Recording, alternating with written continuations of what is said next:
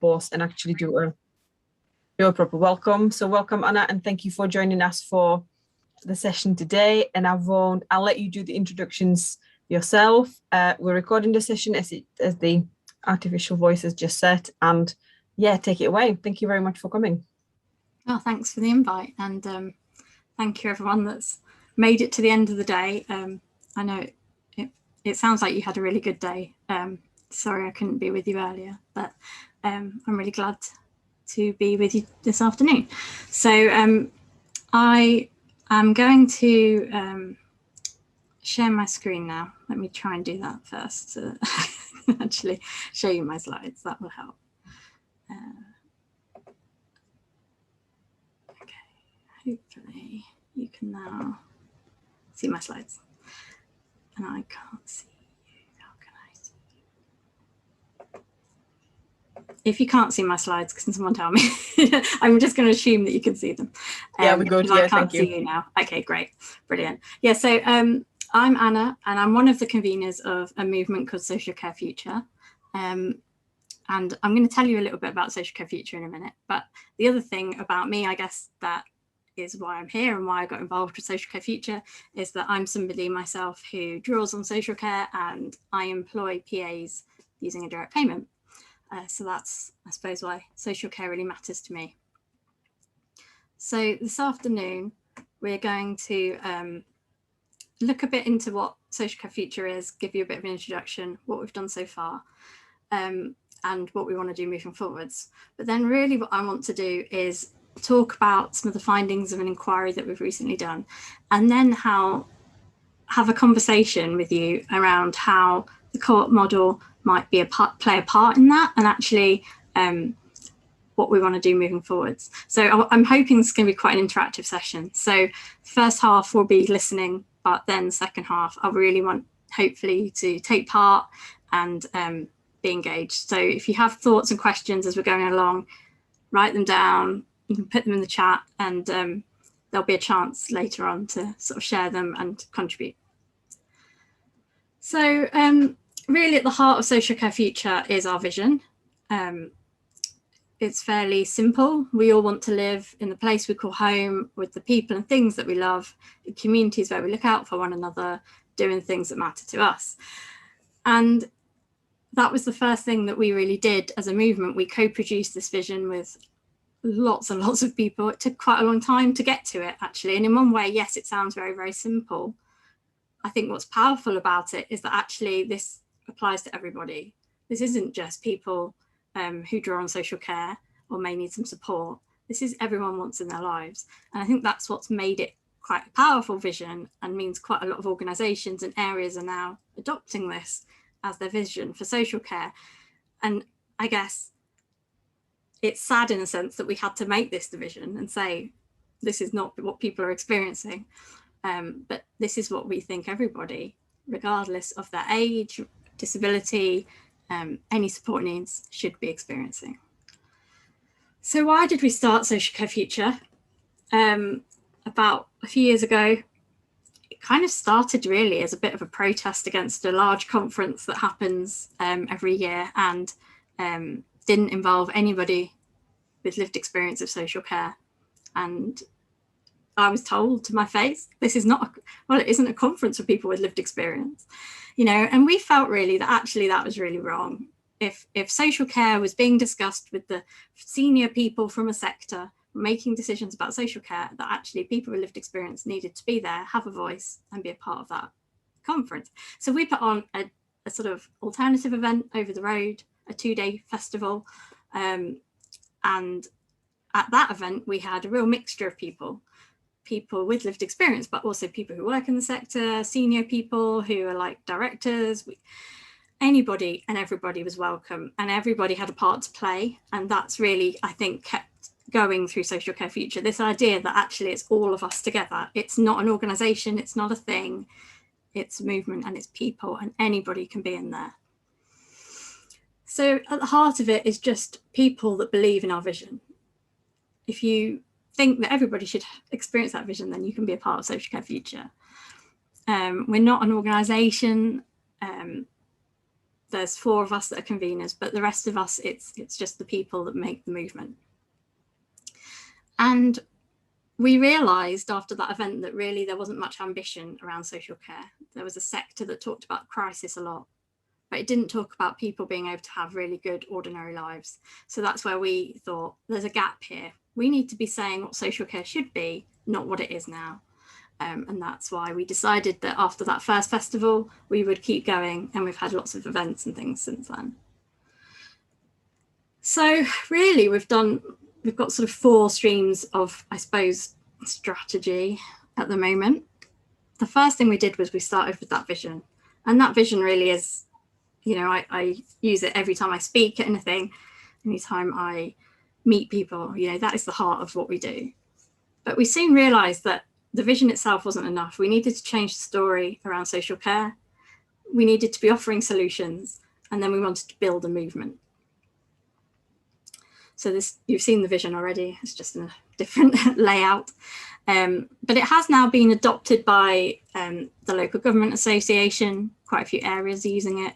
It's been used in a speech in Parliament by Liz Kendall. So it's getting out there, and it's changed the way people are talking about social care, from bed blocking, discharges from hospital, how many beds in a residential care home, to people's lives. And that in itself is just a really powerful shift. And to build on that, we decided we needed to do some work around changing the story, or what the cleverer people than me call reframing. And we took some learning from other successful campaigns around things like the campaign for same-sex marriage, or Joseph Rowntree Foundation have done some work on poverty.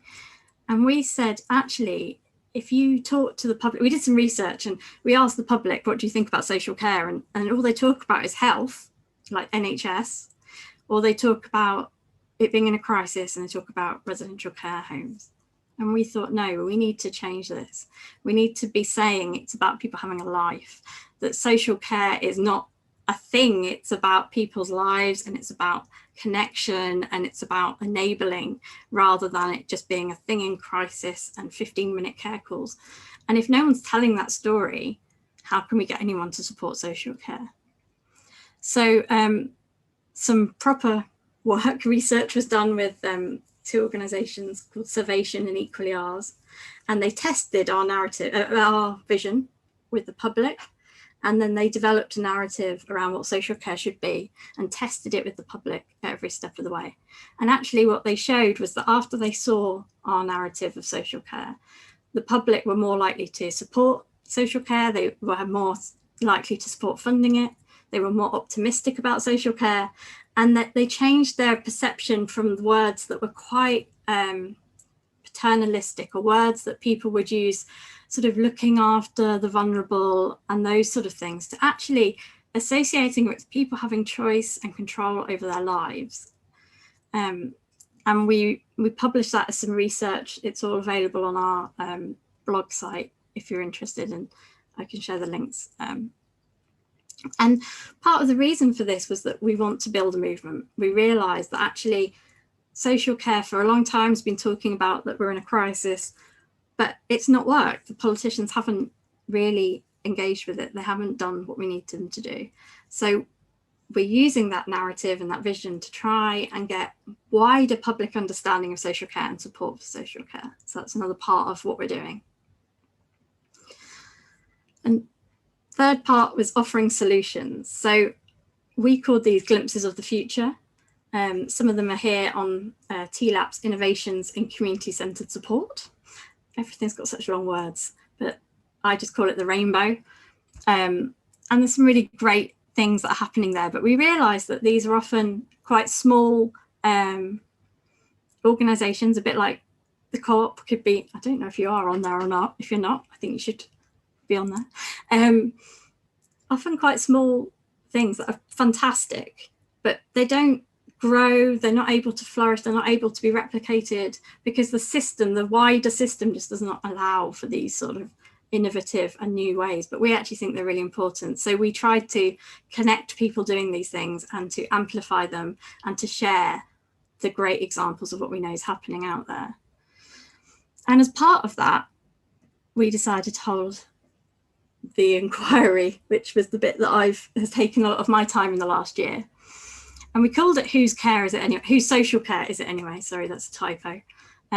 Because really, we were fed up of the debates around the reform of social care happening without anybody that actually used social care in the room or were part of those conversations. So we wanted to offer some solutions, what we think needs to happen ourselves, but also to shift some power to show that actually we are more than just, I hate the term, service users, but actually we have a lot to offer. And we wanted to be able to direct Social Care Future's work moving forwards with the results of the inquiry. So this was the group of 12 people and me, all of whom themselves either draw on social care or their family members draw on social care, a really broad range of different disabilities, different reasons why people use social care, but really people that just wanted to see change. And we published our first findings about a month ago. Again, you can find it on our website. And we came up with these 5 key changes that we thought needed to happen to unlock an equal life and to allow everybody to be living a life that met the vision that you heard earlier. Now, because I've already spoken for a few minutes, I'm going to show you a video that we did that explains the inquiry, I think, quite nicely in sort of a shorter chunk. And I speak at the beginning, but then after that, you'll be glad to hear there's some other voices. So I'll just play this and hopefully you can hear it. If you can't, can someone interrupt and tell me? Hello and welcome to the Whose Social Care Is It Anyway inquiry. This video will tell you about some of the first findings from the inquiry and what you can do to make a difference. So where we started with the inquiry was from the Social Care Future vision, which is we all want to live in the place we call home with the people and things that we love in communities where we look out for one another, doing things that matter to us. Oh, sorry, that was me. I've just paused it. And I think this last year, living through the pandemic, has made us all appreciate more than ever how important these things are in our lives and that they are what make our lives worth living. When the first lockdown started and people were sad because they were stuck at home or not being able to do the things they normally like doing, I remember thinking it didn't feel that different for me. And actually I felt more part of society because other people were experiencing the same things that I experienced. And now as lockdown is lifting, me and many others who share my situation are starting to feel that people will go back to their usual lives and we will go back to feeling left out. And we mustn't let that happen. Because for me and many other people that draw on social care for support, entering a sort of service land, it means that the basic choices in our lives are often taken away or lost altogether. For me, it's that I wanted to be able to go out more to see my friends. For others, it might be having to leave their loved ones and go into a care home, or not being able to choose what time you go to bed in your own home. So we need some change. And what needs to change to make us all be able to come out of lockdown together, no matter our age or disability? And how do we make policymakers and senior leaders take these things seriously and hear these? Because too often, we, the people that draw on social care, are left out of the debates and discussions on social care. Or if we are there, we're there as a tick box. And we'd had enough of that. So we decided, a group of us with lived experience, to lead our own inquiry. And as a group, we have so much expertise, experience and knowledge to offer. We know what works well and what doesn't work. We know what needs to change to allow us all to have good, equal lives and avoid a permanent lockdown. But we knew we didn't know everything. So in the first stage of this inquiry, we asked you, and we heard from over 500 people, so thank you for everyone that answered. We asked people to tell us about their current experiences, whether they experience the vision at the moment in their lives. And then we asked them what they thought needed to change. And from what people told us, we pulled out 5 key changes, 5 things that we think, if they happen, will move us towards more people experiencing Social Care Future's vision in our lives. And the 5 key changes are communities where everyone belongs, living in the place we call home, leading the lives we want to live, more resources better used, and sharing power as equals. In the next part of the video, we will look at each of these in more detail.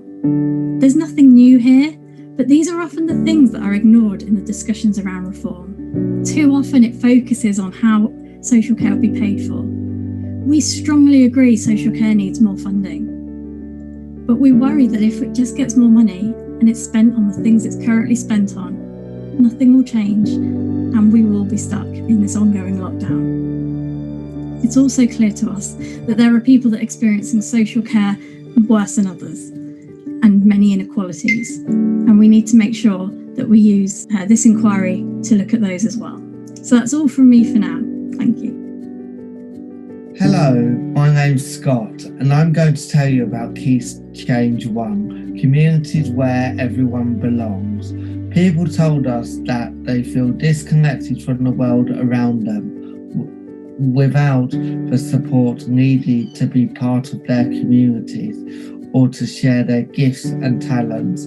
Life shouldn't have to be like this, and I can tell you from my own experience, I felt like this when I was isolated and didn't feel that people wanted me part of the community. But with the right support, you are able to achieve this, and I was able to achieve this. And now I feel that I can meet my friends, my professional colleagues, and go and be part of the community just like anybody else. So everybody can achieve this with the best support that they can get. Hello, I'm Megan and I want to talk about Key Change 2, living in the place we call home. And I want to talk about this because people have told us that they don't have a choice about where they live and who they live with.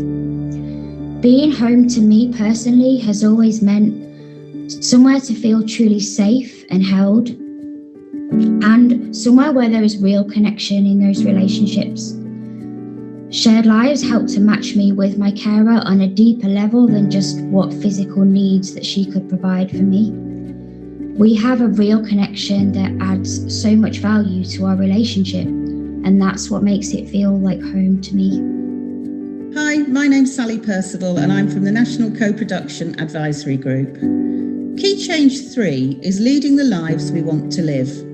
People told us the services they received were really limited, but it doesn't have to be like this. When my mum first got a diagnosis of dementia, she was put into a care home, but we quickly realised this was so wrong for her, as she lost all choice and control over her life. So we fought to bring her home with a direct payment from social care, where she could choose who supported her, which made such a difference to my mum's life.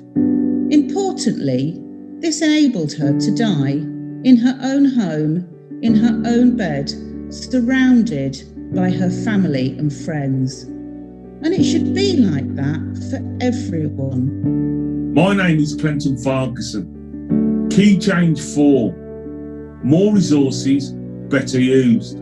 People have told us that the support they get is often inadequate for the basics, never mind living of a full life. Doesn't have to be like this. To leave no one behind. People get left behind when they lack the choices and opportunities to participate in and benefit from good lives. Local authorities, their partners and support providers must think about and use resources differently.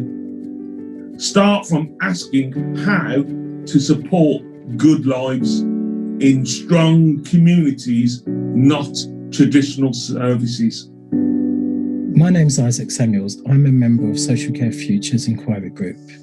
Key Change 5, sharing power as equals. People talked about their experiences of too many rules restrictions and bureaucracy that got in the way of them living good, ordinary lives. They also talked about not being trusted by the council to make decisions that made their lives easier. It is important that councils include people at all stages of decision making, strategic, local, individual level, because including people and sharing power makes a real difference, enables people like me to live good, ordinary life, but it also saves lots of waste, money and time. Ultimately, we're all trying to live good, ordinary lives, so really share power with people. So now you've heard more. So that was our 5 key changes that the inquiry group, after reading the submissions from over 500 people, felt kind of would make biggest changes and need to happen. So for the next phase of the inquiry, we will be kind of looking at each of those 5 key changes in more detail and working with people who work within the sector and experts from within the sector, but also many people who draw on social care and have their own expertise, therefore, to try and come up with more solutions and more ways that those changes can happen. And we want to also look at what that actually looks like on a local level, because we keep being told, being asked now, well, that's great, I want to make these changes, but how do I do it? And so we're really going to try and come up with sort of bit of a roadmap, I guess, for how areas could do this. And we've already we wrote to all directors of social services asking them to adopt our vision and making it real, which is a document that TLAP produce around how to do personalised care. And we've had quite a good response already. So a group of those areas we will be working with almost as a sort of test case to see what they can do and what they can achieve with citizens in their area. So I guess that's all really that I wanted to sort of tell you about. I've heard enough from me now, I feel. These are the 5 key changes, and I think moving forwards we really need people, organisations to try and make these changes and adopt these as kind of, I want these to become the normal, the status quo, I guess, so that more people are experiencing care and support in the way that they want. I thought about the 5 key changes, and I think a couple of ones probably really resonate with what you're doing. And the first one was leading the lives we want to live. And on that one, we this is part of the report. These were our suggestions for what needed to happen so that people could lead the lives they want to live.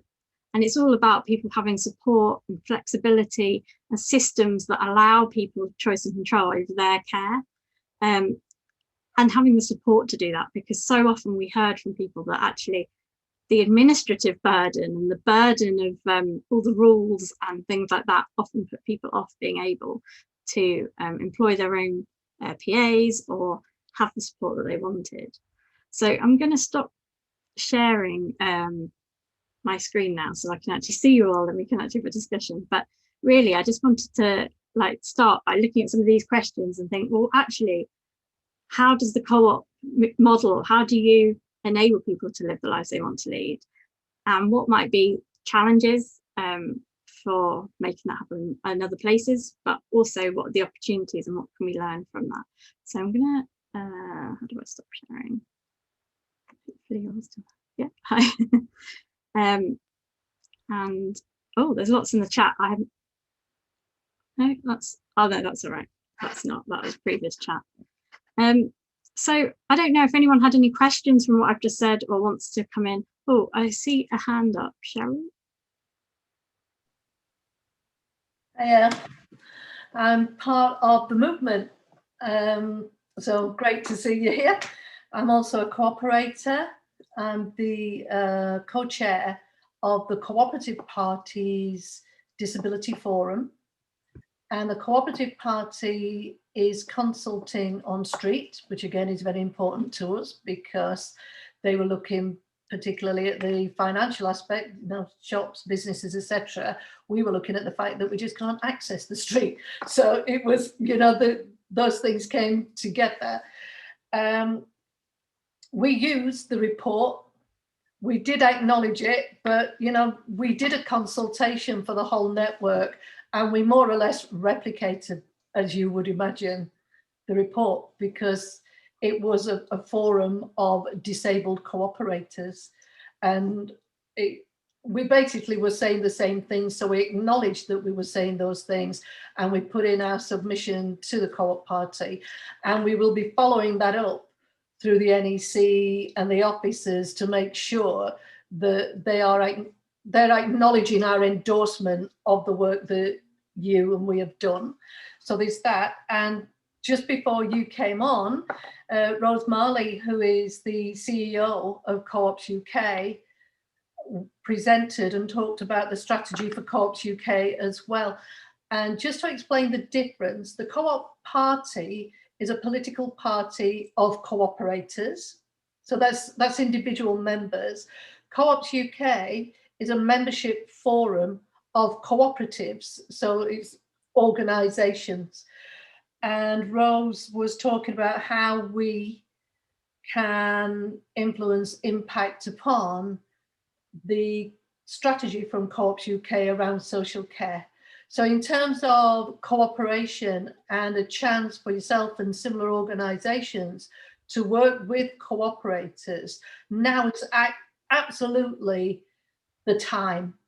And Co-ops UK, through myself, are going to pull together a forum of people to have a look at really what is it? Your question, what can we do? We're also going to be asking ourselves. So there's an invitation there for you at your organisation to be part of that, because we need to be answering those questions to get there, and then ensuring that the architecture that we have is actually delivering on that we can follow it up, that we're part of it, and that we have a role there, not only to agree what needs to be done, but ensure that it actually is delivered. Absolutely. Yeah, no, that sounds really, I'm glad those conversations are already started and happening. That's really encouraging to hear. Thank you. Thank you for coming. Thank you. Mark, your hands up. Yes, good afternoon, Anna. Very well thought out, well presented presentation, quite poignant. And I think what I'd like to say is that from all the things that have been presented by various groups today, it looks like, at least in my mind, it's almost as if there's parts of the puzzle that we know exist out in what we might call the ether, but in the real world in this case. And it's almost as if this meeting is a bit of a catalyst for drawing those pieces together, and hopefully we're beginning to build a picture which has got some strength and meaning to it. And in terms of what you're referencing, I believe that equal care and their circles that they're building and building upon incorporates that which you're presenting vocally, that your research has actually said from the community, it proposes from the community, this is what we want. My understanding is that that ties in exactly what equal care is offering. And what's interesting is that they're linking their vision with this digital platform, which I think in principle everybody, all the groups would agree that we're in that age, and it can be extremely helpful and probably alleviate a lot of the individual costing. If there's a shared costing built into that we can all take advantage of at later, that's good, because it makes the back office support system less expensive. And it would appear that our group, which is the Ealing Care Co-op Limited,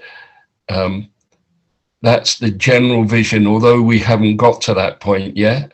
That seems to be the vision that we wish to follow in terms of learning from the experience of Equal Care and their circles. Because particularly in London, as you know, as a major city, this is going to be an issue for all the cities that have to deal with the logistics in a different way to those that are either urban or rural. So, you know, there's a little bit more involvement, I think, and you're dealing with greater numbers, of course. But I think that the whole idea of circles makes sense in itself. And I believe that what you're talking about is, on a practical level, is in the process of being developed. Yeah. So thank you. No, that's really good to hear, because I agree. I mean, when I first heard about the care co-op model and things like that, I really felt, actually, for me as someone, it would be really helpful. You know, I wish there's one in my area. Maybe I should start it, but I haven't got around to that yet. But I definitely do think it's one of the things that would enable, you know, a really positive thing for a lot of people.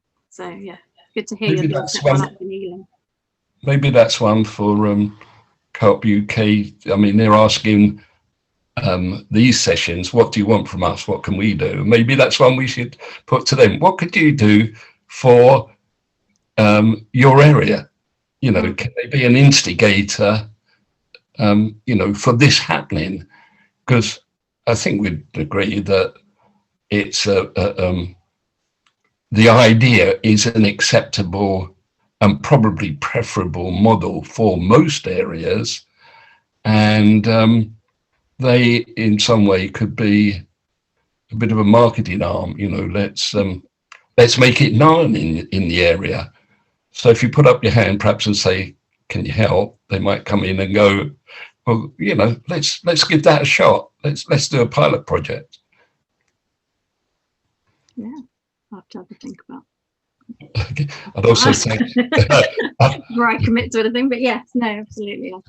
I hope it does become a more widespread thing. I think Cheryl is great that she's explained more about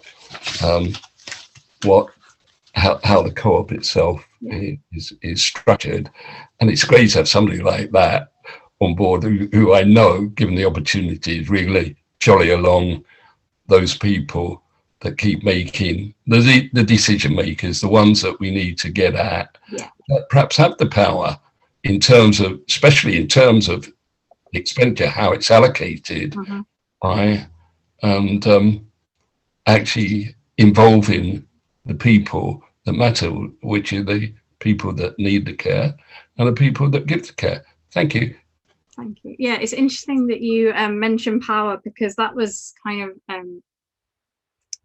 top of my head. So the fifth key change is sharing power as equals, and I think that really underpins everything that we've seen and heard from people, and both the bad and the good, that actually unless people had more, unless power was shared, then actually you were still going to get a lot of the bad situations, and people couldn't have experienced the vision. And I think that's where the co-op model has really, or the co-op as an idea, is really powerful, because it's a totally different sort of way of that relationship.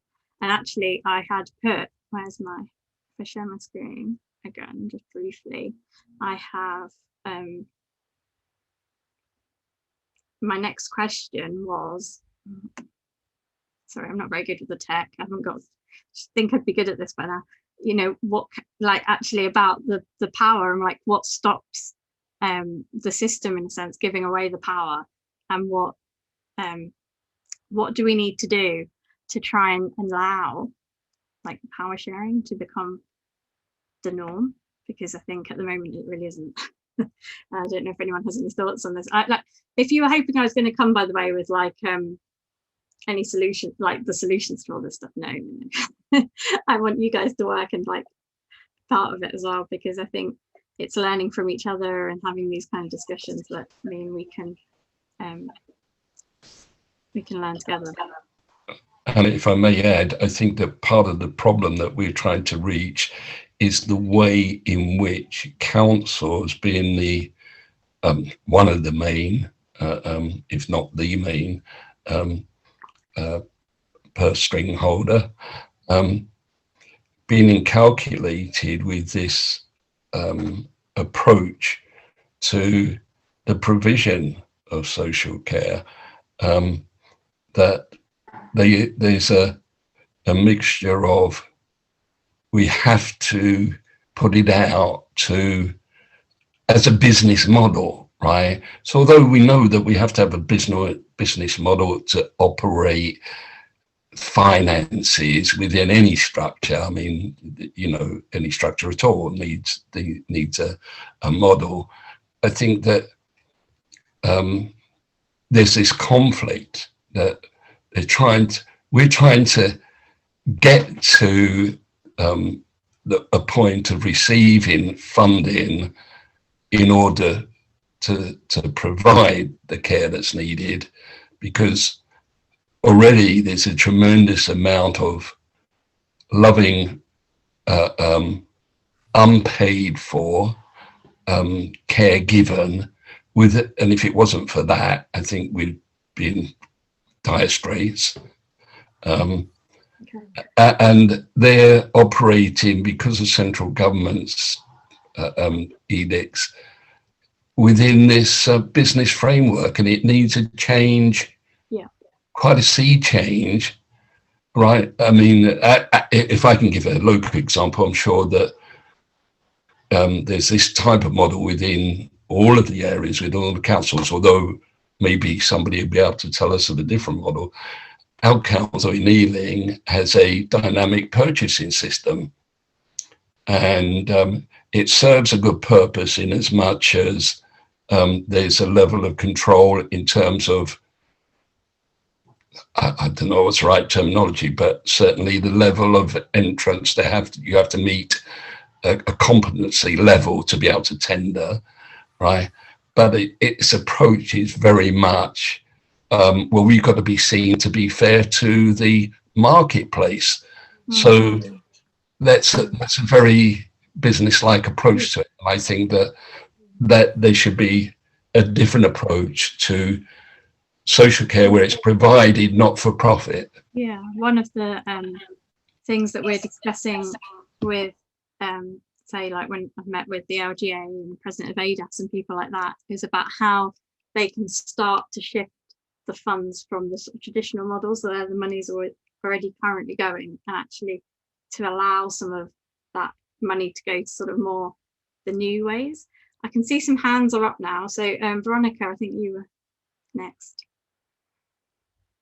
I wonder whether Cheryl had something to come back on what Mark was saying, or whether, because I'm probably taking it elsewhere. So let's just see.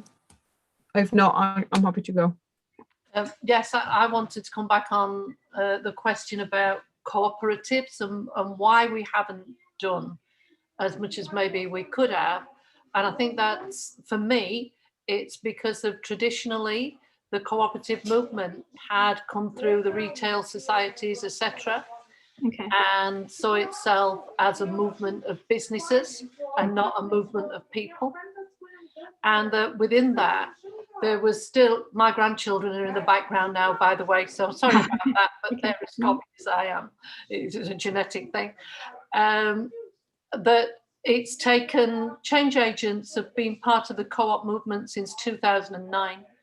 And we've been lobbying all of that time for people to think differently. So not to think of how cooperatives can form kinder, nicer businesses to do things to older and disabled people, but how we as cooperators can co-form, co-produce, cooperate, the clue is in the name, and be part of building and designing and owning our own.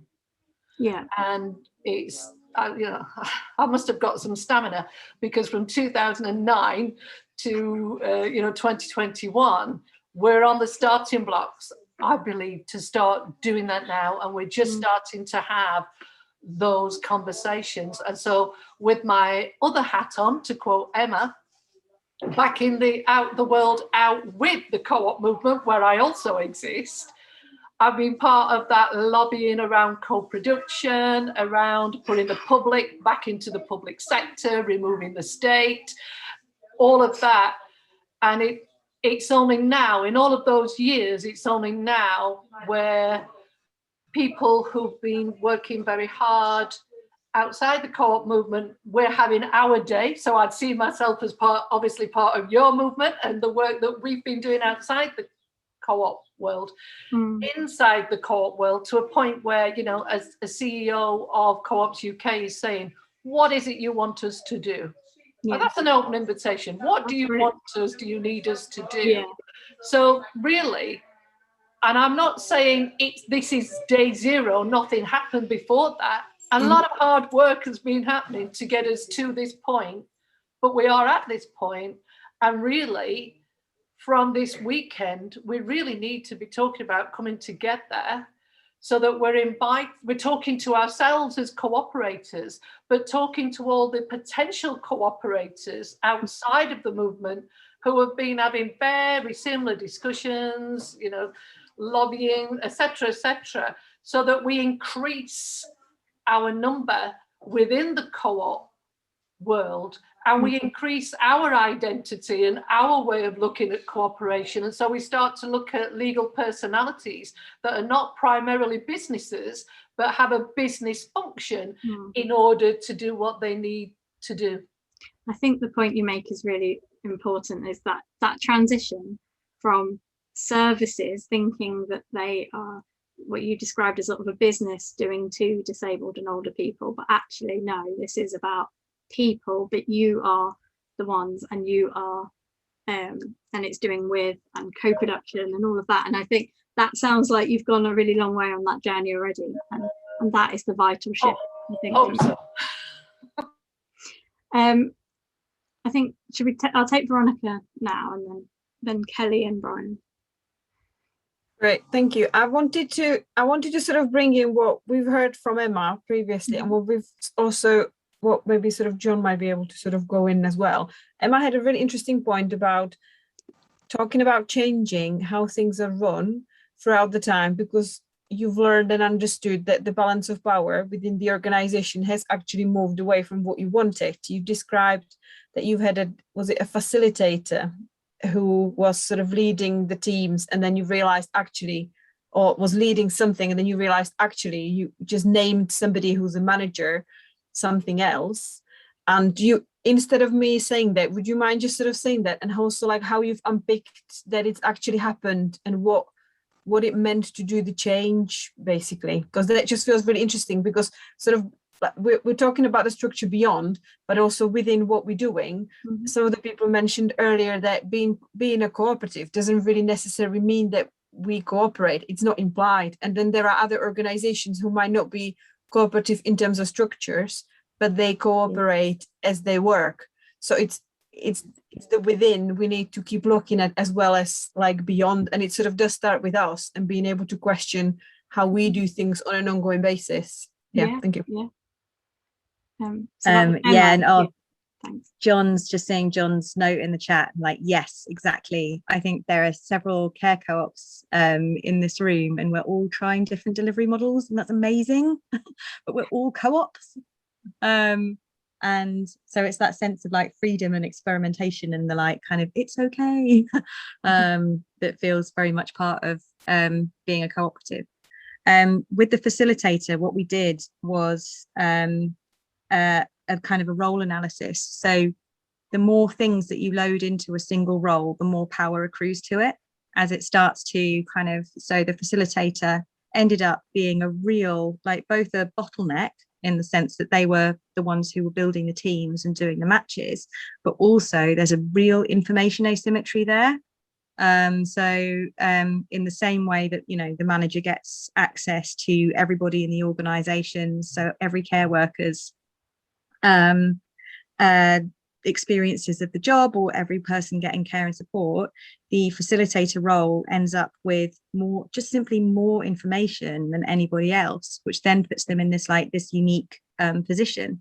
So even though you're kind of trying not to create hierarchy, you end up creating it simply as a result of this structure.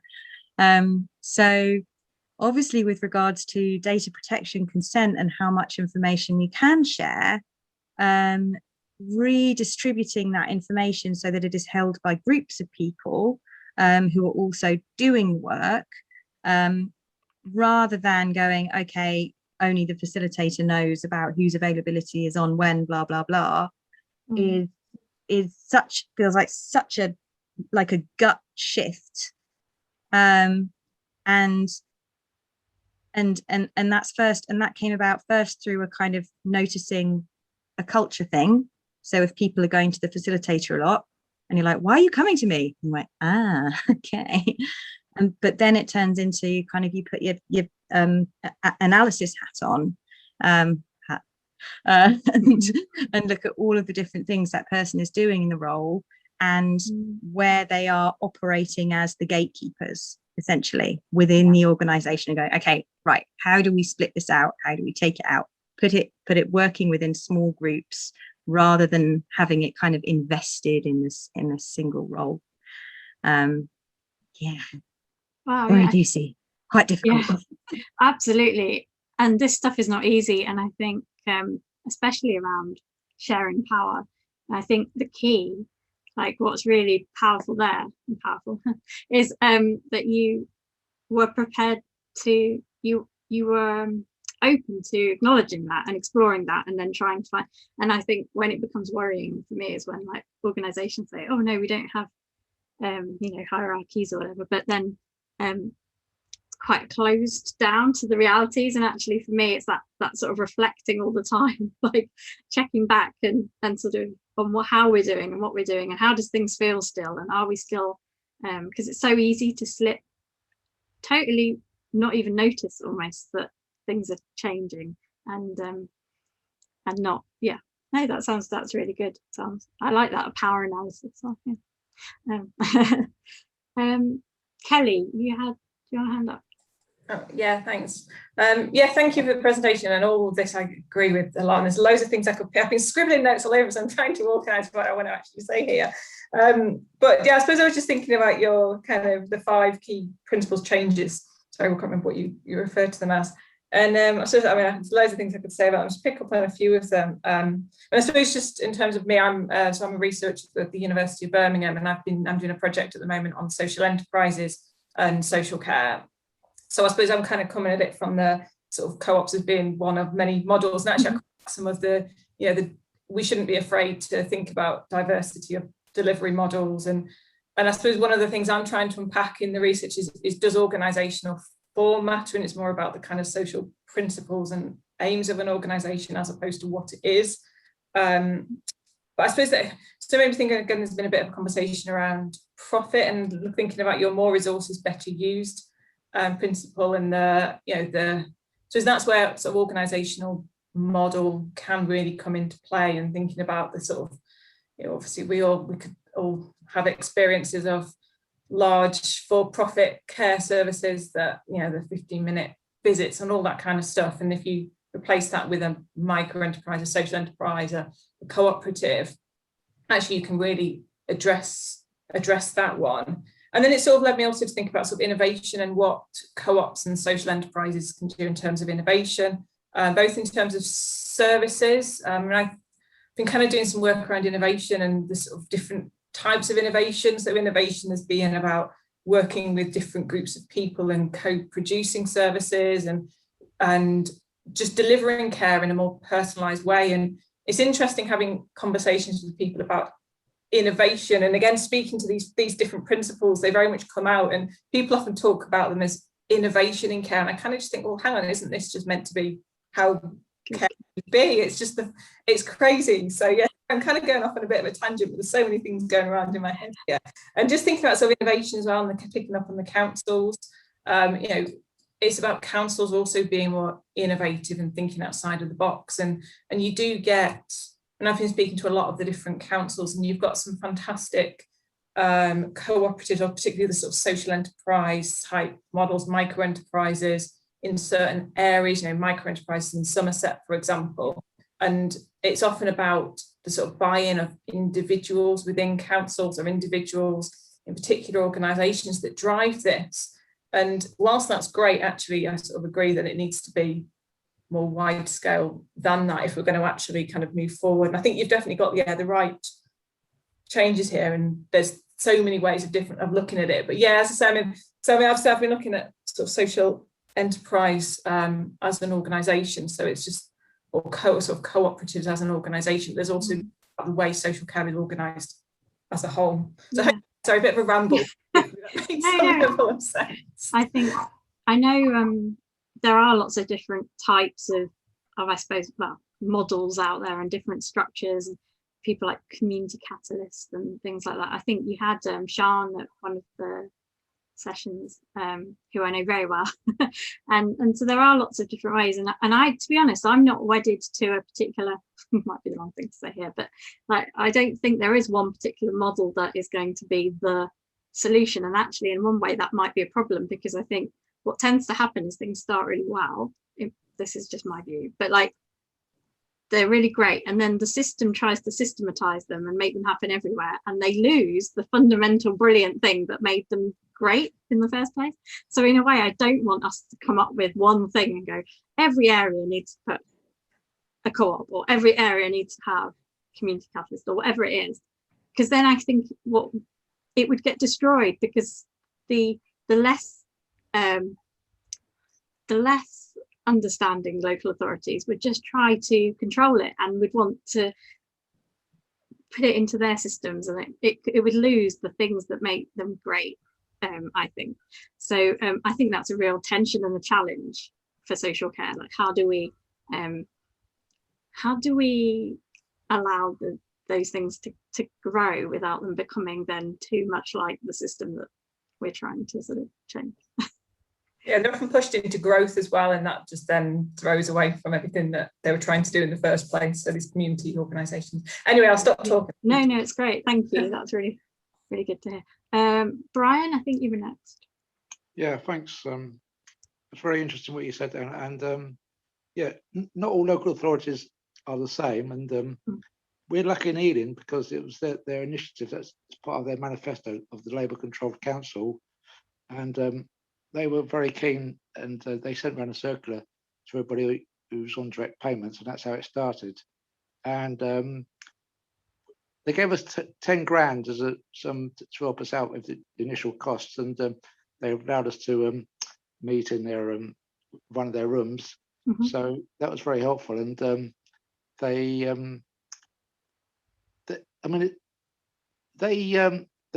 the director of social services, he's very nice guy, and he wants to meet with us next week and to see how we're getting on.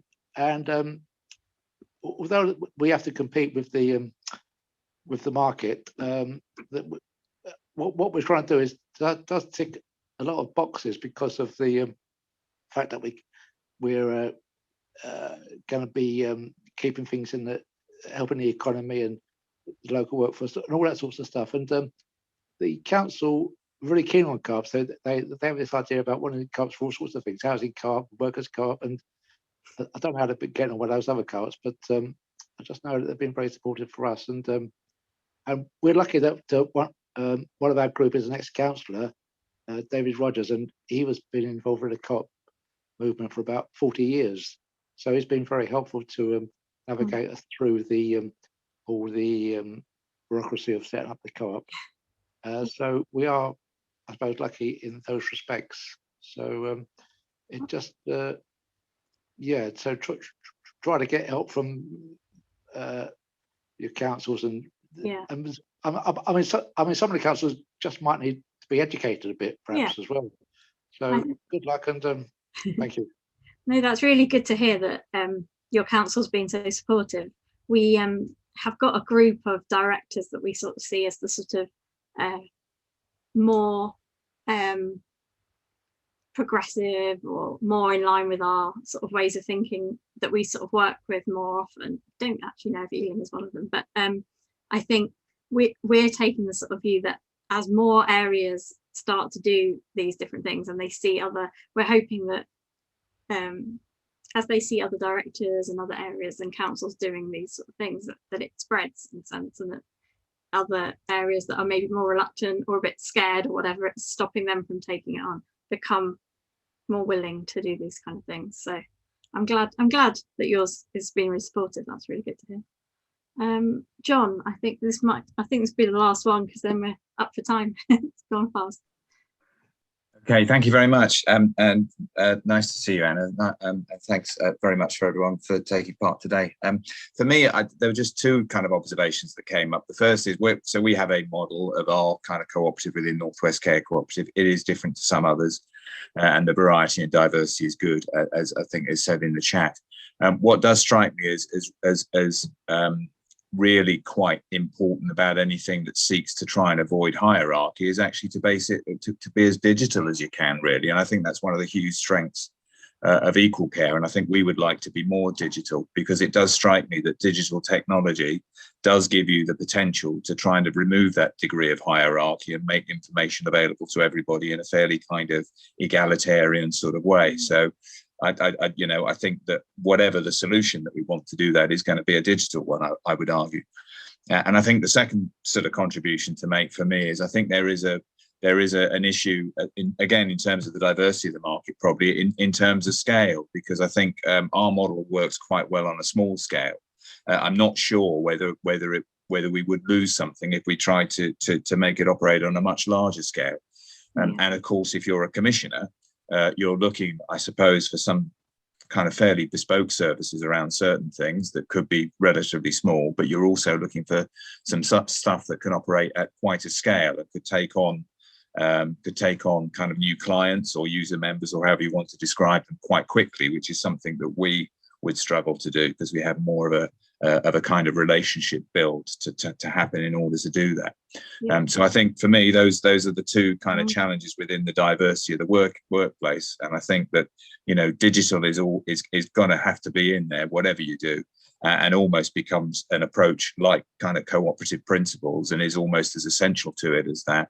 But then I think the other thing we've got to challenge is how we can sell ourselves both kind of to be bespoke and to operate at scale. And again, that might lead to a range of models in the marketplace to offer both of those things. I think your point around commissioners is very important, because actually more and more I'm realizing that they hold an awful lot of the power and a lot of the, obviously, the money. But I sort of sometimes go down this route of, oh, wouldn't it be amazing if we didn't have commissioners, but like every individual person, just, actually people were the commissioners, and citizen-led commissioning and all sorts of things. And I think those conversations are happening, but again, a way away. And some of that, I think you're right. I think the scale thing is going to be a big challenge. And as I said before, I don't want to see huge, great versions, because I think they will lose a lot of what you were talking about.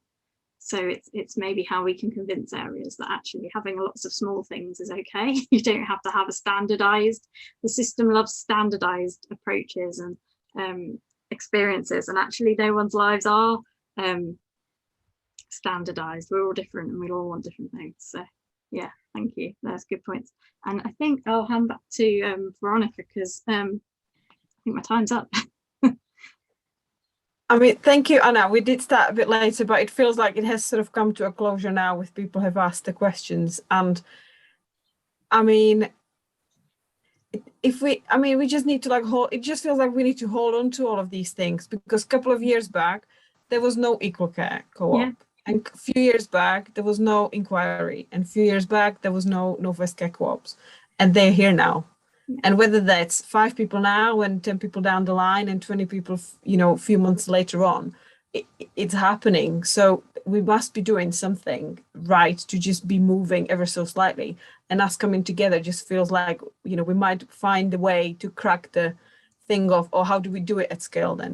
Maybe this is the start of, and then, a couple of years down the line, we'll be actually saying, see, there we go. Do you remember when we talked about this? So yeah, I think if we're able to remain hopeful and just keep pushing, then that's just all we can do, really. Yeah, absolutely. Thank you. That conversation was really helpful for me as well, because it's I definitely think that, you know, this is one of those solutions that, you know, so yeah, it's been really good and really encouraging to hear what's been going on around the country. So thank you for having me. Right, and thanks for everyone for being here, contributing, taking part, doing presentations. It's been great. I will invite you for tomorrow as well, if there's any space to sort of for you to join. We're starting at 10, and Sue and Jean, who are our board people, are going to talk about how we've been doing, so that we offer a bit of numbers and a bit of an overview of how our progress has been sort of little by little growing. And then we've got Graham on talking about how we've been doing the learning project, because we've had a separate funding which allowed us to do this piece of work, because again, learning and being able to pull things together just doesn't happen out of the blue if you're also supposed to run a co-op or a care support for people, because you have to be looking at what's happening on the ground and don't have time to look at some of the other things. And then we have a Down syndrome session again, which is absolutely amazing. And Sian Lockwood from Care Catalyst will come, Community Catalyst will come and join us for that before we close. So yeah, all the programs on the website, so do join us if you can. And then, yeah, thank you very much for being around and being supportive and amazing with everything you do, all of the little bits which sort of make change gradually, step by step.